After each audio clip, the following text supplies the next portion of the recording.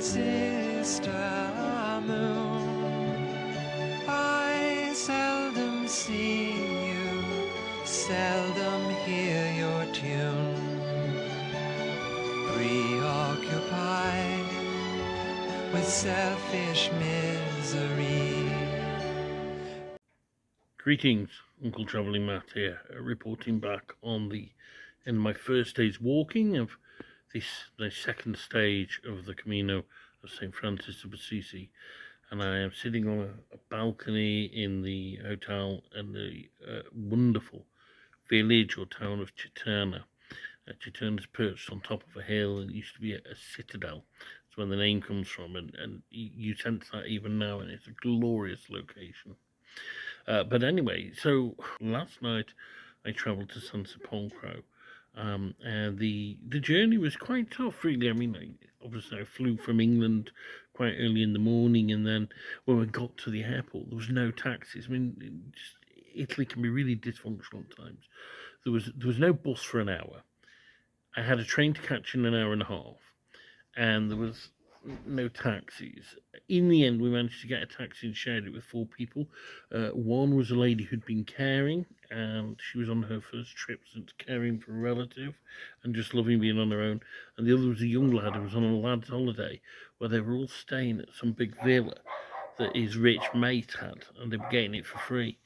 So, yes. Oh, and the third was a Syrian lady who lived in Chelmsford but was studying Italian and was coming for an exam. So, an interesting little crowd in that taxi. Dropped me off at the railway station, bought a SIM for my phone, uh, and then caught a train. But I was literally dozing for half the train journey, um, and but it was nice to be back. It was nice to be back, and the train of course took me to Arezzo, where I did my video from yesterday, and where last Camino finished. And after doing my video, I actually went to the mass in the St. Francis church behind. I was tired, and it wasn't the best of churches. It was very baroque inside, which is not really me. But I attended the mass, and then I went to the main church I'd been to before that I really, really liked, and prayed in there as well, before having a delightful cup of tea at an English style tea shop just across from the church, and it was really refreshing.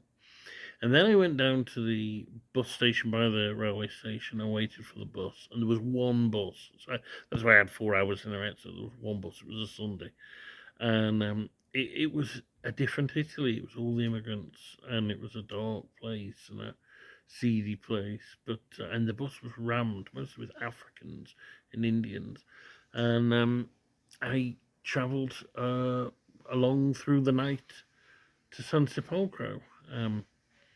I felt a bit sick at the end. Yeah, I don't know, don't like travelling on that bus. But anyway, got to Sansepolcro, and it was all the streets were teeming because there'd been a festival before. And my host, Marco, who I stayed with last time, he was waiting for me, and he remembered me, and we had a good chat. And then I went to the room, and the room I made a video about it last time. It's amazing. It's got this amazing double bed and this incredible fireplace, and it was just wonderful to be back. And I relaxed. I, made a cup of tea, and I didn't stay up for much longer. To be honest, I was just glad to be there. But in the morning, I didn't want to leave it. I love that room. I love Sansepolcro. But I did. I got up and I set the alarm for like 8:45 and was out by about 10:30. But I drank tea, ate apples, and then I went to the Tourist Information Centre and I got the stamp, my first stamp of this leg, which is the same place I got the last stamp before. And then I went to the cathedral and I prayed there. And Sansepolcro is called so because of sepulchre is sepulchre, holy sepulchre, because I think they brought a stone back from the Holy Sepulchre, and that's what established the town. So it's quite cool because my last pilgrimage ended at the Church of the Holy Sepulchre. So it was nice to have the link. And then I walked out, and I didn't follow the map because Marco, who ran the accommodation, said, "Oh, they built a new bridge." So just walked straight out, and he was right. And so the map kind of doglegs a bit onto a major road, which you don't need to do that now. They've built a new bridge with a walkway, and so went over there and walked onwards and for about four kilometres or so to the first village, which begins with G, and I can't remember the name, but I will put it down below. And that village was a nondescript place, but it was wonderful because it felt very Camino-y in that they really celebrated being on the St. Franciscan Camino. So there was a big like cutout of him on the roundabout, and there was like a St. Francis trail through the town. And there was, at the end of it, there was a pilgrim centre, and there was this wonderful young lady called Elena, and she met me and she gave me some water and an apple, and showed me this incredible diorama they'd made of all the scenes from the life of Christ. It was wonderful. You could spend hours in there looking at it. You kept finding there's Nicodemus, and there's Mary and Martha, and all these details. Whoever had done it was a labour of love. It was a gentleman who'd done it. She showed me a picture of his, and I would have loved to donate, but I've not got any cash with me, and they didn't take card. She also showed me in the church, and that had a nice old fresco above the altar, but it was quite a plain church. And that was that. And she said they got all the pilgrims. There was 3 Brazilians earlier. They're staying at the place I am now, and 2 French turned up at the same time. The only problem was there was no cafe in that town, so I walked on another 4 kilometres or so to, I think that next one's called Figlietto. Anyway, again, I will put the name down below. And that one, then when we got there, it started going steep. The road went steep. It had all been flat before. No cafe again, and the book did promise one. And it was a really steep climb up to the cemetery. And then it was directed to a path which went down back to the original level. And it really annoyed me because it was one of those things that Sandy Brown, who wrote the guidebook, does. He takes on these unnecessary detours. I could have just followed the road round and there would have been no climbing. And I was angry because the descent was really steep and my ankle was on fire, whereas before I've been absolutely fine and I'd had a nice rhythm. So I rested at the foot of the descent, carried on, but I wasn't the same after that. Crossed the valley, and then Citerna, as I said, on a hill, used to be a citadel. And I climbed up there, and the climb was quite a steady one, but it was steep. It was very steep. And I did, at the end of that, I rested again, because I had the time, why not? And I enjoyed lying on my back, looking at the clouds, and just having a bit of time to myself, to be honest.